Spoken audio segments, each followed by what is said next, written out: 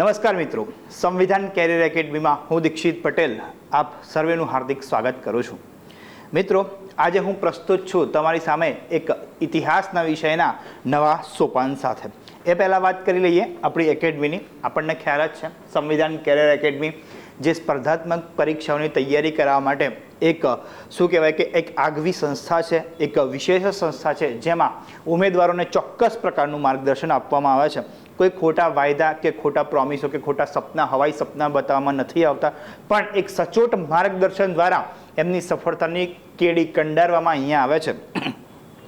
અહીંયા તમને એ તમામ વસ્તુઓ જે સપોર્ટ સિસ્ટમ છે એ તમને મળી રહે છે, જેના કારણે તમારા સપના જે સાકાર કરવા એ સરળ બની રહે છે. માટે જો આપ પણ આગળ વિચારતા હોય ક્લાસ 3 માટે કે ક્લાસ 1-2 માટે કે યુપીએસસી માટે ઇનફેક્ટ, તો ડૉક્ટર વિકલ્પ કોટવાલ સરના માર્ગદર્શન હેઠળ અને એમની એક્સપર્ટ ટીમના માર્ગદર્શન હેઠળ તમે પણ અમારી સાથે જોડાઈ શકો છો. આ સિવાય તમે અમારા પબ્લિકેશન્સનો પણ ઉપયોગ કરી શકો છો, જેમાં એક અમારી પબ્લિકેશન્સ પણ એવું કહેવાય છે કે ભાઈ એક પાયોનિયર છે, બરાબર છે, એક બેન્ચમાર્ક સેટ કરીને બેઠી છે આ ફિલ્ડમાં. તો તમે એમને પણ કન્સિડર કરી શકો છો. તો અમારા પબ્લિકેશન્સ અને બેચીસ માટે, ઓફલાઈન અને ઓનલાઈન બેચીસ માટે તમે અમારો સંપર્ક કરી શકો છો. તો આ થઈ ગઈ આપણી એકેડમીની વાત. હવે જેવી રીતે આપણને બધાના ખ્યાલ છે કે આપણે હંમેશા મળીએ છીએ ઇતિહાસ અથવા તો વારસાની વાત કરવા માટે. યુટ્યુબની ટૂંકા લેક્ચર્સની જે શ્રેણી છે જેમાં ઓછા સમયમાં આપણે અગત્યના ટોપિક્સની ચર્ચા કરીએ છીએ ઇતિહાસ અને વારસા વિષયમાં, એના એક નવા સોપાનમાં આપ સર્વેનું હાર્દિક સ્વાગત છે. આજે તો વાત શેરની કરવી છે, તો આપણને બધાને ખબર છે કે આપણે ગુજરાતના ઇતિહાસની ચર્ચા શરૂ કરેલી છે, જેમાં શરૂઆત આપણે છેક આદિકાળથી કરેલી હતી, જેમાં હડપ્પિયન સભ્યતા બરાદની ચર્ચા કરી હતી, ત્યારબાદ મૌર્ય, ત્યારબાદ શક વંશની ચર્ચા કરી હતી, ત્યારબાદ મૈત્રકોની ચર્ચા કરી હતી, અને હવે મૈત્રક વંશ પછી એક અનુમૈત્રક સમયમાં એક વંશ આપણા ગુજરાતમાં આવે છે જેને આપણે ચાવડા વંશ તરીકે ઓળખીએ છીએ. હવે અહીંયાથી મિત્રો એવો ઇતિહાસ ચાલુ થાય છે કે જે વેલ ડોક્યુમેન્ટેડ છે અને એનો પ્રભાવ ક્યાંક ને ક્યાંક હજી પણ ગુજરાતમાં આપણે જોવા મળે છે. એના સ્થાપત્યો અથવા તો એમના કંઈ સાહિત્યો જે હજી પણ આપણી સામે હાજર છે અને આપણને એ ઇતિહાસની સાક્ષી પૂરે છે. તો અહીંયાથી એ વેલ ડોક્યુમેન્ટેડ ઇતિહાસની શરૂઆત થાય છે, બરાબર છે. તો આજે એક અગત્યના વંશ ચાવડા વંશની વાત કરવાના છે. ત્યારબાદ આપણે સોલંકી વંશની વાત કરીશું નેક્સ્ટ લેક્ચરમાં. તો શરૂઆત કરીએ, બરાબર છે. આ એમના સિમ્બોલ્સ છે, બરાબર છે. ગુજરાતનો અગત્યનો વંશ હતો. ઓકે, જ્યારે આપણે ચાવડા વંશની વાત કરતા હોઈએ તો જનરલી ચાવડા વંશ કઈ રીતે સત્તામાં આવ્યો એ આપણે ખાસ તો સમજવાનું થાય છે. ત્યારબાદ એના અન્ય રાજાઓ એટલા અગત્યના નથી, પૂછાતા નથી, બરાબર છે. એમની ઇતિહાસમાં એટલું યોગદાન નથી કે આપણે એક્ઝામમાં યાદ રાખવા પડે એમને. અને ત્યારબાદ છેલ્લા રાજાના ભણીને એના પછીનો વંશ કે જે સોલંકી વંશ છે એ આ વંશ સાથે સંકળાયેલો છે. તો એના માટે આપણે છેલ્લા રાજાને થોડોક ભણવું પડશે. તો પહેલો અને છેલ્લો રાજા આમાંથી ખાસ અગત્યનો છે. બધાને ખબર છે કે ભાઈ વનરાજ ચાવડા દ્વારા આ ચાવડા વંશની નીવ રાખવામાં આવેલી હોય છે, પણ વનરાજ ચાવડા પણ કઈ રીતે મતલબ એ હાંસલ કરે છે સત્તા, એની પણ એક સ્ટોરી છે જે આપણે હવે સમજવી છે. ઓકે, તો અનુમૈત્રક કાળની આ વાત છે. મૈત્રક કાળના પછીનો જે સમય છે એને આપણે અનુમૈત્રક કાળ તરીકે ઓળખીએ છીએ, અને ત્યાં જ એક ચાવડા વંશ એક્ઝિસ્ટ કરે છે. ઓકે, 17મી 18મી સદીમાં એક કૃતિ રચાય છે હિન્દીમાં, બરાબર છે. એમાં દર્શાવ્યા પ્રમાણે ઉત્તર ગુજરાતમાં રાધનપુર પાસે આવેલો એક પંચાસર નામનું રાજ્ય હતું. આમ તો જ્યારે પણ ચાવડા વંશની વાત થાય એટલે પંચાસર રાજ્યથી આપણે શરૂ કરતા હોઈએ છીએ. ઉત્તર ગુજરાતમાં આવેલું એક રાજ્ય હતું કે જેમાં રાજા જયશિખરી નામે, જયશિખરી ચાવડા નામે એક રાજા ત્યાં રાજ કરતો હતો. હવે આમાં બહુ બધી કહાનીઓ મળે છે, પણ જનરલી આપણે એટલું યાદ રાખીશું કે જયશિખરી મસ્ત આરામથી શાસન કરતો હોય છે. એના ઉપર એક રાજાની નજર પડે છે જેનું નામ હોય છે રાજા ભુવડ, બરાબર છે. હવે અલગ અલગ કે ભાઈ કાન્ય કુંભજ કનોજ દેશના, કલ્યાણટક કટક શહેરના ચૌલુક્ય વંશના રાજા ભુવડની એના પર નજર પડે છે અને એટેક કરે છે. અને બીજી કહાની એવી મળે છે કે ભાઈ પ્રતિહાર વંશના રાજા હતા નાગભટ્ટ બીજા. હવે જે હોય બટ જનરલી ભુવડના લોકો ઓથેન્ટિક માને છે કે ભાઈ પંચાસર ઉપર ભુવડનું આક્રમણ થયું હતું. હવે એનું આક્રમણ કેમ થયું હતું એના પાછળ પણ સ્ટોરી છે, પણ આપણે એમાં જતા નથી. આપણે ખાલી એટલું યાદ રાખીશું કે પંચાસર રાજ્ય પર જય શિખરી ચાવડા નામનો એક રાજા રાજ્ય કરતો હતો. નાનકડું જ રાજ્ય હતું, કે એટલું મોટું કંઈ બહુ મોટું સામ્રાજ્ય હતું નહીં, એક નાનકડું રાજ્ય હતું. એ જય શિખરી ચાવડા ઉપર ભુવડ નામનો રાજા અટેક કરે છે અને ત્યાં યુદ્ધમાં જય શિખરી ચાવડાનું મૃત્યુ થાય છે. હવે આ એક અગત્યનું કેરેક્ટર, મતલબ રાજાનું મૃત્યુ થયું એટલે હવે રાજ્ય કેપ્ચર થઈ જ જવાનું છે, બરાબર છે. એટલે એ લોકો પચાય જ પડે છે રાજ્યને. પણ આ બધા કોલાહલ વચ્ચે એમનો જે સાળો હતો, જે સેનાપતિ પણ હતો, નામ હતું એનું શૂરપાલ, અને એની જે વાઈફ, એ વખતે એની વાઈફ હતી પ્રેગ્નેન્ટ, બરાબર છે. તો એને લઈને, મતલબ શૂરપાલની બહેન અને શૂરપાલ, એ બંને, જેની પત્નીનું નામ હતું રૂપસુંદરી, એ બંને ક્યાં જાય છે? વનમાં ચાલે છે, જંગલમાં ચાલ્યા જાય છે, બરાબર છે. હા, અને જંગલમાં જ એનું શું થાય છે? એક બાળક થાય છે જેનું નામ આપવામાં આવે છે વનરાજ. વનમાં એનો જન્મ થયો એટલા માટે એ બાળકનું નામ આપવામાં આવે છે વનરાજ. એટલે અહીંયાથી વનરાજનો જન્મ થાય છે. અને પછી વનરાજ ધીરે ધીરે જંગલમાં જ મોટો થાય છે. એના મામા શૂરપાલનો એના સપોર્ટ હોય છે. હવે આ લોકો જોડે શું હોય છે કે ભાઈ, હવે આની હિસ્ટ્રી પહેલાં તો ક્યાં મળે છે એ સમજો. તો આની હિસ્ટ્રી આપણને મળે છે જૈન સાહિત્યમાં. હવે જૈન સાહિત્યમાં કેમ મળે છે? તો ભાઈ કે ત્યાં એક સાધુની અથવા તો જૈન સાધુની વાત આવે છે, જેમનું નામ છે જૈન મુનિ શિરગુણસુરી. એટલે થાય છે એવું મિત્રો કે વનરાજ ચાવડા અને એનો એક મિત્ર હોય છે અણહિલ ભરવાડ. આ બંને ધાડ પાડતા હોય છે, એટલે કે ચોરીનો બિઝનેસ અપનાવે છે. કેમ કે હવે એમને રાજ્ય પાછું મેળવવું છે. એમના પિતાજીનું જે મૃત્યુ થયું હતું યુદ્ધમાં ભુવડના અટેકથી, હવે એના ભુવડ દ્વારા કેપ્ચર કરેલું જે રાજ્ય છે એ પાછું મેળવવું છે. તો એના માટે પૈસા જોશે, અને પૈસા કમાવાનો ઇઝી વે એ વખત એમને લાગે છે કે ભાઈ જંગલમાં આવતા જતા લોકોના લૂંટીએ. તો આ લૂંટફાટનું કામ ચાલુ કરે છે, ધાડ પાડવાનું કામ ચાલુ કરે છે, બરાબર છે. તો એમાં ને એમાં, બરાબર છે, એને એક વ્યક્તિ ભટકાય છે, ચાંપો વાણીઓ, બરાબર છે. આમ આ જે ચાંપુ વાણીઓ હોય છે ધનવાન તો હોય જ છે, સાથે સાથે એ એમનો હિતેચ્છુ હોય છે. એ ઈચ્છતો હોય છે કે ભાઈ આ લોકોનું શાસન પાછું આવે, એટલે એ આર્થિક મદદ પણ કરે છે. અને આ લોકો થઈને આ બધું કામ કરતા હોય છે. હવે શું થાય છે કે મિત્રો, જૈન મુનિ શિરગુણસુરી પણ ત્યાં આવે છે. એ વનમાં જે લોકો મળે છે અને વનરાજ ચાવડા એના શું કહેવાય, એમના શિષ્ય બને છે અથવા તો એમને કેર કરે છે. જૈન મુનિ શિરગુણસુરીએ જ એને શું કીધું હતું કે ભાઈ અદ્ભુત લક્ષણવાળો વ્યક્તિ છે, એક મહાન રાજા બની શકવાનામાં સમર્થ છે. અને એવું જ કહેવાય છે કે શિરગુણસુરી દ્વારા જ એના શસ્ત્ર અને શાસ્ત્ર વિદ્યા એને શીખવવામાં આવેલી હોય છે.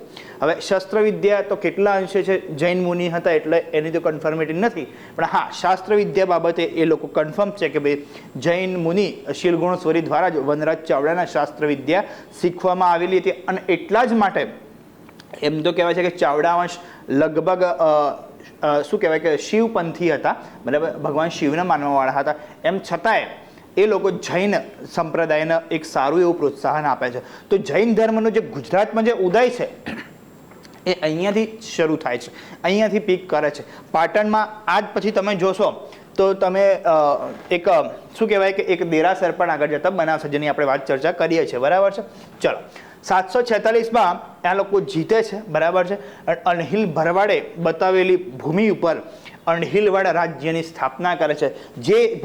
જે રાજ્ય આગળ જતા અણહિલપુર પાટણ તરીકે ઓળખાય છે, બરાબર છે. આપણા ગુજરાતની આમ જોવા જઈએ તો સૌથી મતલબ પ્રાચીન આ સમયની અનુમૈત્રક કાળની એકદમ શું કહેવાય, એકદમ કહેવાય ને મહાન રાજધાની તરીકે પાટણ ઉભરી આવે છે. ત્યારબાદ તો આપણે જોઈશું કે સલ્તનત સમયમાં રાજધાનીઓ બદલાતી રહે છે, પણ પાટણનો ઇતિહાસ એકદમ ગૌરવવંતો છે અને જે અહીંયાથી શરૂ થાય છે. અણહિલ ભરવાડ નામનો એના વનરાજ ચાવડાના મિત્રના નામ પરથી આનું નામ પડેલું છે, અણહિલપુર પાટણ. વનરાજે આ પણ એકવાર ક્લાસ 3ની પરીક્ષામાં પૂછાઈ ગયેલો પ્રશ્ન છે કે વનરાજે પોતાનો રાજ્યાભિષેક કોની પાસે કરાવ્યો હતો? તો એવું કહેવાય છે કે કાકર એક ગામ છે, વર્તમાનમાં બનાસકાંઠામાં પડે છે, ત્યાંની એક ધર્મની બહેન હતી એની વણિક શ્રીદેવી, એની પાસે એને રાજતિલક કરાયેલું હતું. આ ક્લાસ 3ની પરીક્ષામાં બાય ધ વે પૂછાઈ ગયેલો પ્રશ્ન છે, તો આપણે યાદ રાખીશું, બરાબર છે. તો આ એકદમ બેઝિક છે કે વનરાજ કઈ રીતે ગાદી પર આવે છે. એટલે 746થી એનું શાસન ચાલુ થાય છે 850 સુધી. એક સારા એવા સમય સુધી આ વંશનું સંભાળે છે વનરાજ ચાવડા. જૈન અનુશ્રુતિમાં આપણને બીજું શું જાણવા મળે છે તો શીલગુણ સુરી વિશે થોડીક જાણકારી મળે છે, જેમનું મૂળ નામ હોય છે દેવચંદ્ર સુરી, બરાબર છે. અને એ એમને બોલાવે છે, ત્યાં વનરાજ વિહાર નામનું ચૈત્ય બાંધવામાં આવે છે, જેને પંચાસરા પાર્શ્વનાથ મંદિર તરીકે પણ ઓળખવામાં આવે છે. તો આ મેં કીધું ને કે વનરાજ ચાવડાના જીવનમાં શીલગુણ સુરીનું બહુ મોટું યોગદાન હતું, બરાબર છે, એને જ્ઞાન આપવા બાબતે. અને ત્યારબાદ વનરાજ ચાવડા પણ જૈન ધર્મને પ્રોત્સાહન આપે છે. એ જ ધર્મો જે ટકી શકે છે કે જેને કોઈ રાજા પ્રોત્સાહન આપે છે, બરાબર છે. તો આ વસ્તુ છે. તો ગુજરાતમાં જૈન ધર્મનો જે પીક અહીંયાથી શરૂ થાય છે. તો વનરાજ ચાવડા રાજા બની જાય છે અને એના જ પ્રયત્નોથી પંચાસરા પાર્શ્વનાથ મંદિર બને છે, જે આજે પણ હયાત છે એઝ ઇટ ઇઝ, બરાબર છે. વનરાજ 109 વર્ષનું આયુષ્ય ભોગવી 59 વર્ષ સુધી મસ્ત રાજ્ય કરે છે. ત્યારબાદ એ આનું શાસનકાળ આ સુધીનો માનવામાં આવે છે. આ વંશનો શાસનકાળ બાય ધ વે આ છે. ઓકે, વનરાજનો વંશ ચાવડા વંશ અથવા ચાપોદકર વંશ તરીકે પણ ઓળખાય છે, બરાબર છે. અહીંયાથી જ વનરાજ ચાવડાથી જ ચાવડા વંશની શરૂઆત થાય છે. હવે આયરનીય છે, વનરાજ ચાવડા પછી કોઈ એટલા સક્ષમ ઉત્તરાધિકારીઓ આવતા નથી. ત્યારબાદ જે રાજાઓ આવે છે એટલા સક્ષમ હોતા નથી. ત્યારબાદ વનરાજ પછી આવે છે યોગરાજ ચાવડા. હવે યોગરાજ ચાવડા સાથે એક ટ્રેજેડી એવી હોય છે કે એના કુંવરોમાં ચોરીના લક્ષણો જોવા મળે છે, બરાબર. એના રાજકુમારોમાં શું થાય છે, ચોરીની ઘટનાઓ પ્રત્યે આકર્ષિત થતા હોય છે. અને એકવાર એ સોમનાથમાં ચોરી કરે છે, બરાબર. બીજા રાજ્યનો કોઈ માલ હોય છે, બરાબર છે, એ ચોરી કરી રહે છે. હવે એ જે ચોરી કરે છે એનાથી શું થાય છે કે એની જે શાખ હોય છે, બરાબર, એની જે ઇમેજ હોય છે એટલી બધી ડિસ્ટર્બ થાય છે કે એને એવું માને છે કે ભાઈ આ ચોર વૃત્તિ, મતલબ યાર ઓબ્વિયસ છે કે ભાઈ રાજકુમારો જો ચોરી કરે તો પ્રજામાં કેવી છાપ ઊભી પડે. તો આ જ કારણથી મતલબ ડિપ્રેશનમાં આવીને યોગરાજ ચાવડા શું કરે છે તો કે પોતાની જાતે જ ચિત્તા પ્રવેશ કરી લે છે કે ભાઈ આવા પુત્રો હોય, બરાબર છે, આવા રાજકુમારો હોય તો એક રાજાના છેલ્લે તો ભાઈ આ જ ઓપ્શન બચે છે એવું સમજીને શું કરે છે, ચિત્તા પ્રવેશ કરી લે છે. યોગરાજે ભટ્ટારિકા યોગીશ્વરીનું મંદિર પણ અહીંયા બંધાયેલું છે. હવે ત્યારબાદ અન્ય શાસકો આવે છે, ક્ષેમરાજ, વૈરીસિંહ અને રત્નાદિત્ય વગેરે શાસકો આવે છે. પણ ઇતિહાસમાં આપણે એક્ઝામ લાયક એમને એવું કોઈ કાર્ય કર્યું નથી, બરાબર છે. તો આપણે એમને હાલ પૂરતા ઇગ્નોર કરીશું.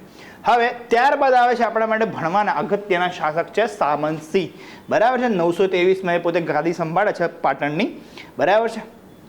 હવે વૈરીસિંહના એ પુત્ર હોય છે અને ચાવડા વંશના છેલ્લા રાજવી હોય છે. હવે પાટણ શું કહેવાય, એમ પાટણમાં પોતાના નામથી ભૂમડેશ્વર અથવા ભુગડેશ્વર નામે મંદિર બંધાવે છે. એક ફેક્ચ્યુઅલ ડેટા છે, તમે યાદ રાખજો. હવે સામંતસિંહ સાથે એક બીજી સ્ટોરી એવી જોડાયેલી છે કે એમની એક બહેન હોય છે, બરાબર છે, જેનું નામ હોય છે લીલાદેવી. હવે એકવાર સોમનાથ ગયા હોય છે, ત્યાં જોધપુરના ચૌલ રાજકુમાર હોય છે, ચૌલુક્ય વંશના રાજકુમાર રાજજમનું નામ હોય છે, બરાબર છે. સામંતસિંહની બહેનનું નામ હોય છે લીલાવતી.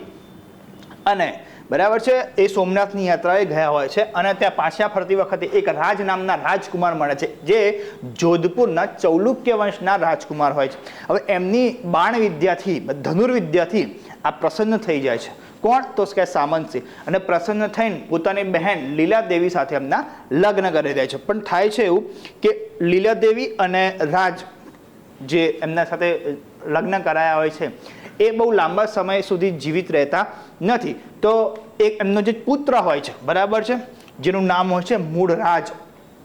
હવે એ જે મૂળરાજ હોય છે એ અનાથ બની જાય છે. તો હવે એ અનાથ જે એમનો ભાણિયો હોય છે એને આ લોકો પોતાના શું કહેવાય કે રાજ્યમાં લઈ આવે છે, એટલે કે પાટણમાં લઈ આવે છે. ઓકે, હવે થાય છે કે એવું કે હવે સામંતસિંહને શું હોય છે કે ભાઈ મદિરાપાનનો એકદમ અવગુણ હોય છે એમનામાં, આપણે એને અવગુણ જ કહીશું, રાઈટ.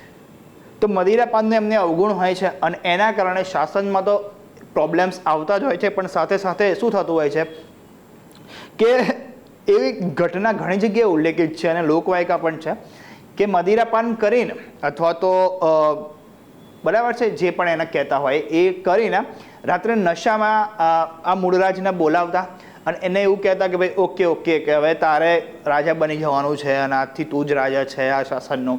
અને એવી રીતે એને પ્રોવોક કરતા મૂળરાજને. અને સવારે જ્યારે નશો ઉતરી જાય ત્યારે પછી એમ કહેતા કે ના જે કીધું એ તો નશામાં કીધું. તો આવું ઘણીવાર બનતું અને વનરાજને આખી સભા વચ્ચે એવું ઇન્સલ્ટ જેવું લાગતું. તો કથા જરા એવી છે, લોકવાયકા પણ એવી છે કે એવો સમય આવે છે કે મૂળરાજ જ સામંતસિંહ ચાવડાને ખતમ કરી દે છે, બરાબર છે. અને પછી પાટણની ગાદી પોતે સંભાળે છે અને એક નવા વંશનો ઉદય થાય છે, જેને હવે મૂળરાજ હોય છે એ સોલંકી વંશનો હોય છે, એટલા જ માટે પાટણની ગાદી પર નવો વંશ આવશે, સોલંકી વંશ, બરાબર છે. તો આ બધી એ જ સ્ટોરી છે. તો આ રીતે આપણને એક ચાવડા વંશથી સોલંકીમાં પાટણની ગાદી કઈ રીતે પરિવર્તિત થાય છે એ આપણને જોવા મળે છે. તો આ રીતની સ્ટોરી અહીંયા આપણે સમજી શકીએ છીએ. હવે અહીંયા જે છે આપણો નંબર આપેલો છે એકેડમીનો, તો તમે એની ટાઈમ કોઈ પણ ગાઈડન્સ માટે કે માર્ગદર્શન માટે સંપર્ક કરી શકો છો. કોમેન્ટ્સમાં જણાવશો કે તમને અમારા લેક્ચર્સ કેવા લાગી રહ્યા છે. આપણે મળીશું નવા લેક્ચર સાથે અને સોલંકી વંશ સાથે મળીશું. ખૂબ જ અગત્યનું લેક્ચર થશે એ પણ. તો મસ્ત તૈયારી કરતા રહો, ખુશ રહો. જય હિન્દ, જય ભારત, જય સંવિધાન.